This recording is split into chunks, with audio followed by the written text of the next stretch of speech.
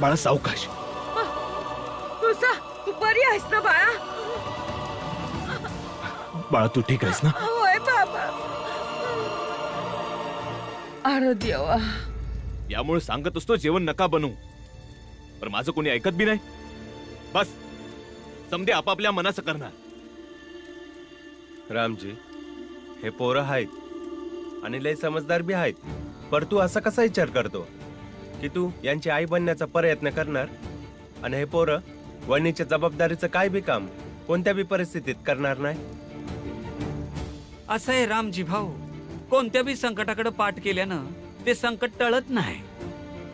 आम्हासनी असंच वाटतंय की तुम्ही दुसरं लग्न करावं.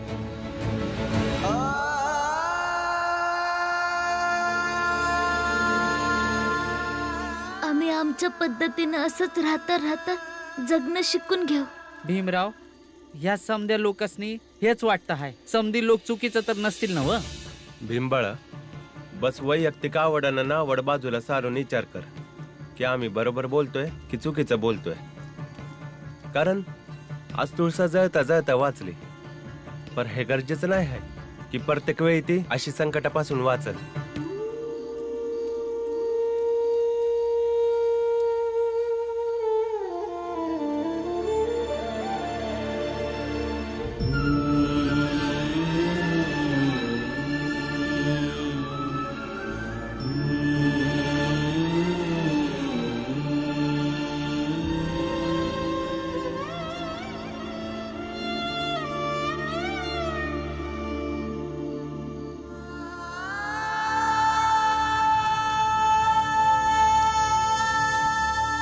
भाऊ अजून पोरं लहान आहेत आणि हे घर सांभाळायला एक बाई पाहिजे ना.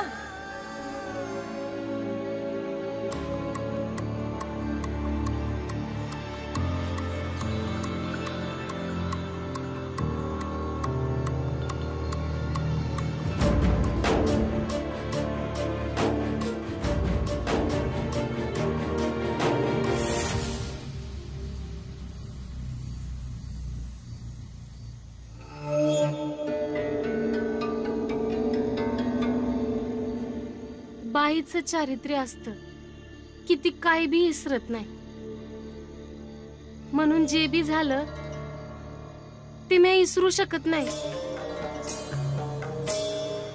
आणि मग मला तुम्ही चांगले बी वाटता तर त्यात काय वावगं नाही. फक्त हीच अपेक्षा आहे की आयुष्यभर तुमच्या सोबत राहायचं आहे.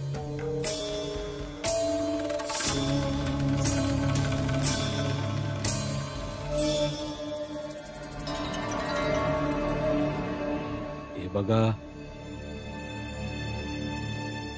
मी आधीच लय दुःखी आहे. आतल्या आत कोंडल्यासारखं वाटतंय.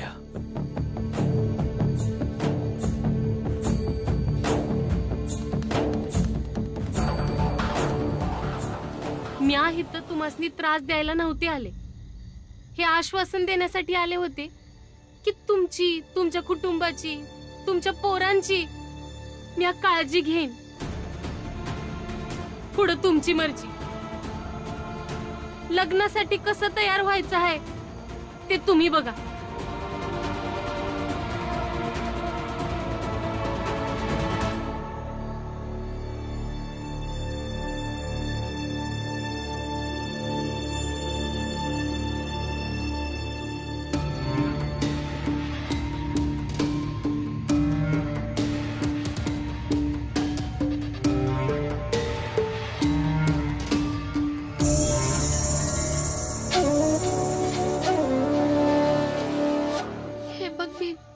बरोबर बोलते.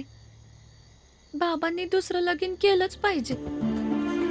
ठीक आहे, ती आपल्या आईसारखी नसणार आणि ती आपल्या आईची जागा कधी घेऊ बी नाही शकणार. पण प्रत्येक वेळेस बाबा असे तरासात तर नसणार ना. मला बी वाटतं की बाबांनी दुसरं लगीन करायला पाहिजे. वय भीम, मला बी असंच वाटते.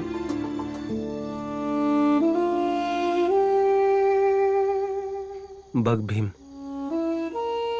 समदे बरोबर आहेत. आणि आपल्या आईची बी हीच इच्छा होती ना की बाबांनी दुसरं लगीन करावं. आणि बाबा बी एवढे कष्ट कधीपर्यंत करणार आहेत. दिसभर नोकरी आणि मग घरी आल्यावर घरातलं एवढं काम. बाबा एकटे एवढं समजा कसं काय सांभाळणार. आणि ही गोष्ट तर तुला बी ठाव आहे. जिथपर्यंत आपण त्यासनी सांगणार नाही तिथपर्यंत ते दुसऱ्या लग्नासाठी कधी बी तयार नाही होणार.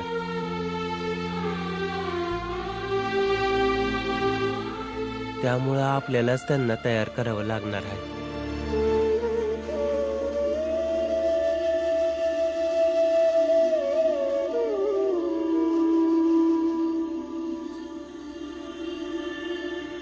माझ्या आईची जागा कोणी नाही घेऊ शकत. भीम, जाऊ दे त्यासनी.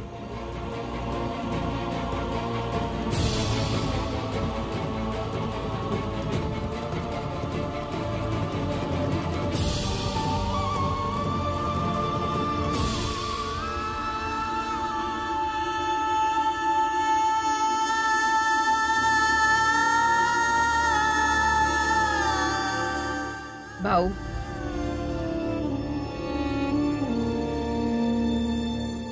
इथं बस की, मला तुझ्याशी बोलायचंय. तुला आठवतंय जेव्हा लहानपणी आपण भांडायचो तेव्हा आपण असंच बसून बोलायचो आणि भांडण सोडवायचो. आपण आज बी आपण बोलून अडचण सोडवू शकतो. बस नाही तर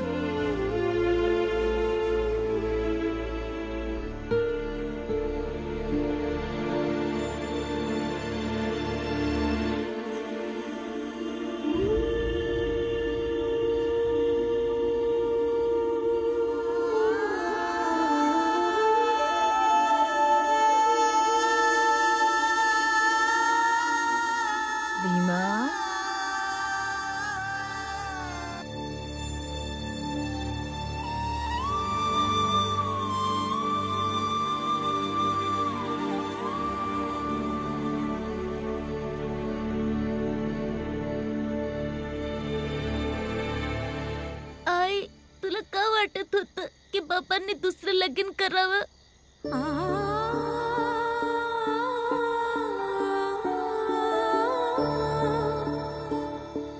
भीमा, पुरंजन काकांनी समजावलं ना तुला की वैयक्तिक आवडीनिवडीला बाजूला सारून जर विचार करशील तर उत्तर तुला मिळेल. जसा मी विचार केला आणि मला उत्तर मिळालं. मला बी हेच वाटलं की तुझ्या बाबांनी माझ्या नंतर दुसरं लगीन करायला पाहिजे. पण मला असं नाही वाटत. अच्छा, म्हणजे तुला वाटत नाही म्हणून तू तुझं म्हणणं दुसऱ्यावर लादणार?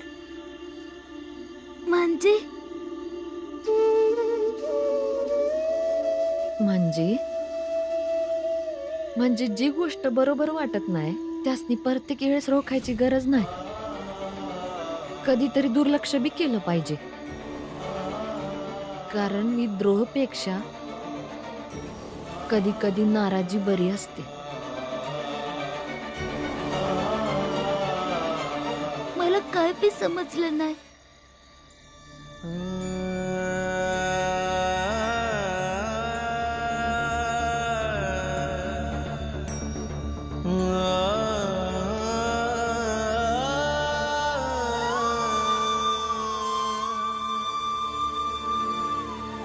भाऊ, शत्रू नाही कोण तुझं. समजांना तुझं भलंच व्हाया पाहिजे. उद्याला जर हे घर विखुरलं तर तू जबाबदारी घेऊ शकशील नाही ना? माझं बी आता वय होत चाललंय. मला बी नाही जमणार ना जबाबदारी घेणं. वय म्हण लग्नासाठी भाऊ. मी 2 दिवसाचा येळ देत आहे. माझी आबरू तुम्ही लुटली आहे. आता तुम्हीच मला तुमची बायको बनवून ती आबरू परत करा. वय बाबा, आत्या बरोबर बोलते आहे. भीमला आम्ही समजवू. बघितलंस, अख्खं कुटुंब तुझ्या बरोबर आहे. समद्या कुटुंबाला असंच वाटतंय की तुझं दुसरं लगीन व्हावं, पर भीमाला असं वाटत नाही, कारण भीम वहिनीच्या समद्या जवळ होता. ऐक केलं भाऊ. वय बाबा. भीम कुठं आहे? कुठेतरी बाहेर गेला आहे.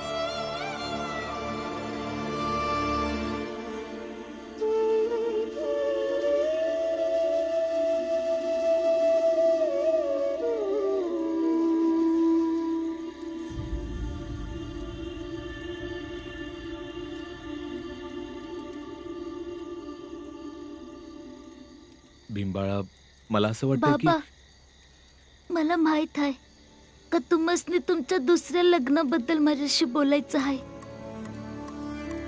पण मला असं वाटतं का हा तुमचा वैयक्तिक निर्णय आहे, म्हणून माझ्या सल्ल्यापेक्षा जास्त गरजेचं आहे का तुम्हाला काय वाटतं आणि तुमच्यासाठी योग्य काय आहे. ठरलं ना समजा आता.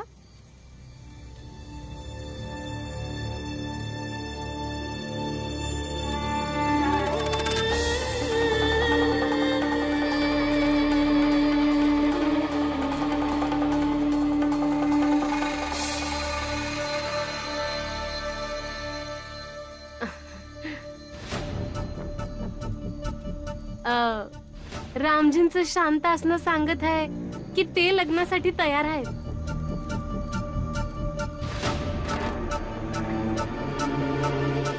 आणि मी भी तयार आहे.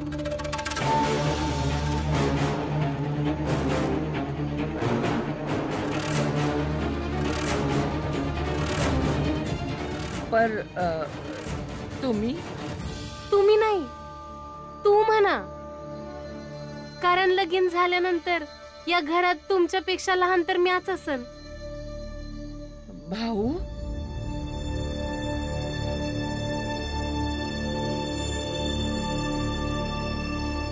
तुम्हा समद्याने हेच पाहिजे होतं ना?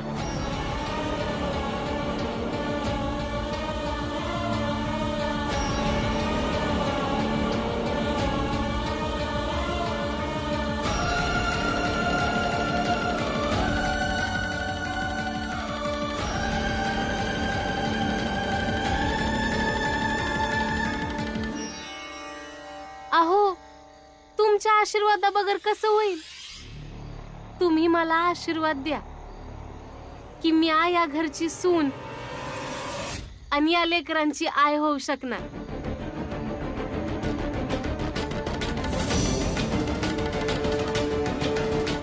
की वैयक्तिक आवडीनिवडीला बाजूला सारून जर विचार करशील तर उत्तर तुला मिळेल, जसा मी विचार केला आणि मला उत्तर मिळालं. आई, पण हे लय कठीण आणि त्रासदायक आहे ग, का आपल्या आवडी आणि ना आवडीला बाजूला सारून ती गोष्टी निवडणं जी योग्य आहे.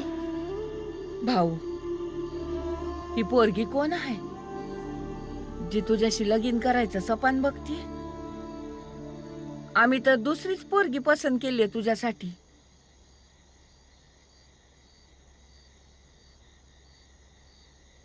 मी आता लग्नासाठी तयार झालोय. हे काय कमी आहे का?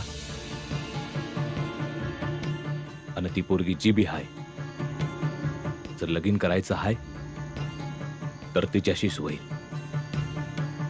आणि मी या इशाला धरून कुणा बी संग काय बोलणार नाही,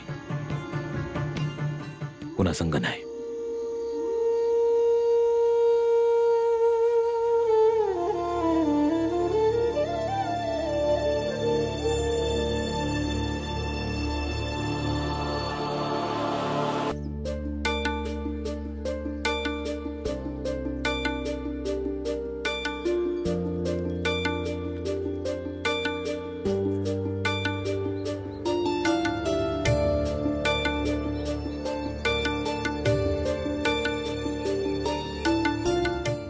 तू घेतलंय का? वय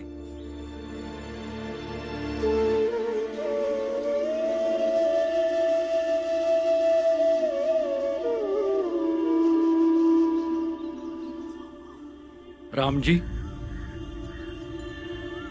अरे शेठजी, तुम्ही इथं? मला चंपानी पाठवलंय, कारण ती तुझी अडचण समजू शकते. या स्थितीत लग्नाची धावपळ आणि तयारी करण्यासाठी जरा कठीण जाईल, म्हणून मी स्वतःच आलोय. तुझी अडचण दूर करण्यासाठी संध्याकाळी तुझं आणि चंपाचं लग्न होणार आहे, आणि तेही माझ्या कारखान्यात. आणि त्याची सगळी व्यवस्था मी करतोय. माझ्यासाठी ही आनंदाची गोष्ट आहे की मी तुझ्या आणि तुझ्या कुटुंबाच्या कामी येत आहे. रामजी, तू माझ्यासोबत चल. तुझ्यासाठी बाजारातून नवीन कपडे विकत घेऊ. शेठजी, सजणं सवरणं तर हौशीत करतात, ना की तडजोडीत. तुम्ही जा, आम्ही येऊन जाऊ. ठीक आहे, तुम्ही या सगळे. मी लग्नाची तयारी करतो.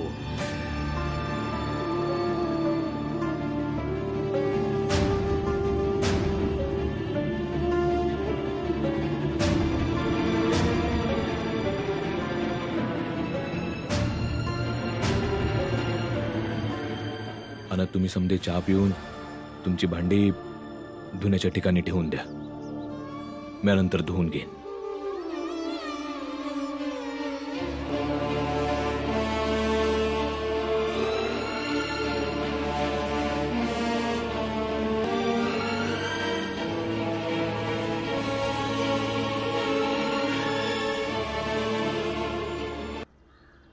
काय झालं ताई?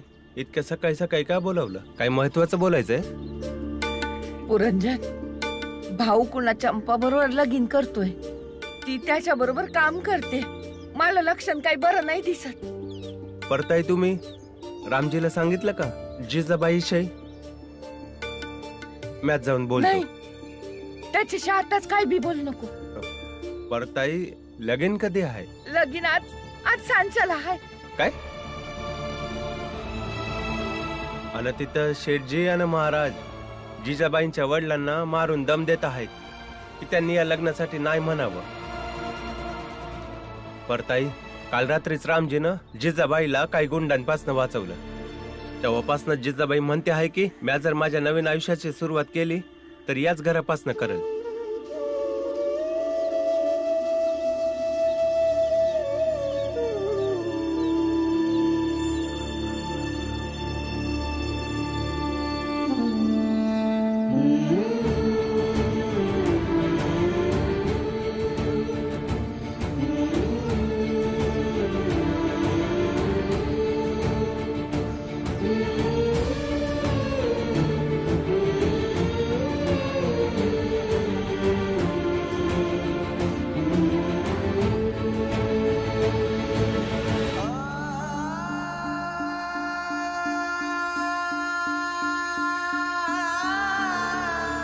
भीम, हे शाळेच्या दप्तरात घोंगडं का टाकतोयस?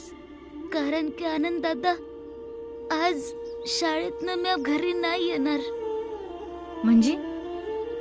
म्हणजे हे की मी बाबांच्या लग्नामध्ये नाही जाणार. मग लग्नाला नको येऊ ना, पर घरला तर येऊ शकतो ना. घरी येण्यासाठी काय अडचण आहे? घरी यायला काय बी अडचण नाही. मी बाबांसोबत नेहमी आईला बघितलं आहे. आता बाबांसोबत दुसऱ्या व्यक्तीला बघणं मला चांगलं नाही वाटणार.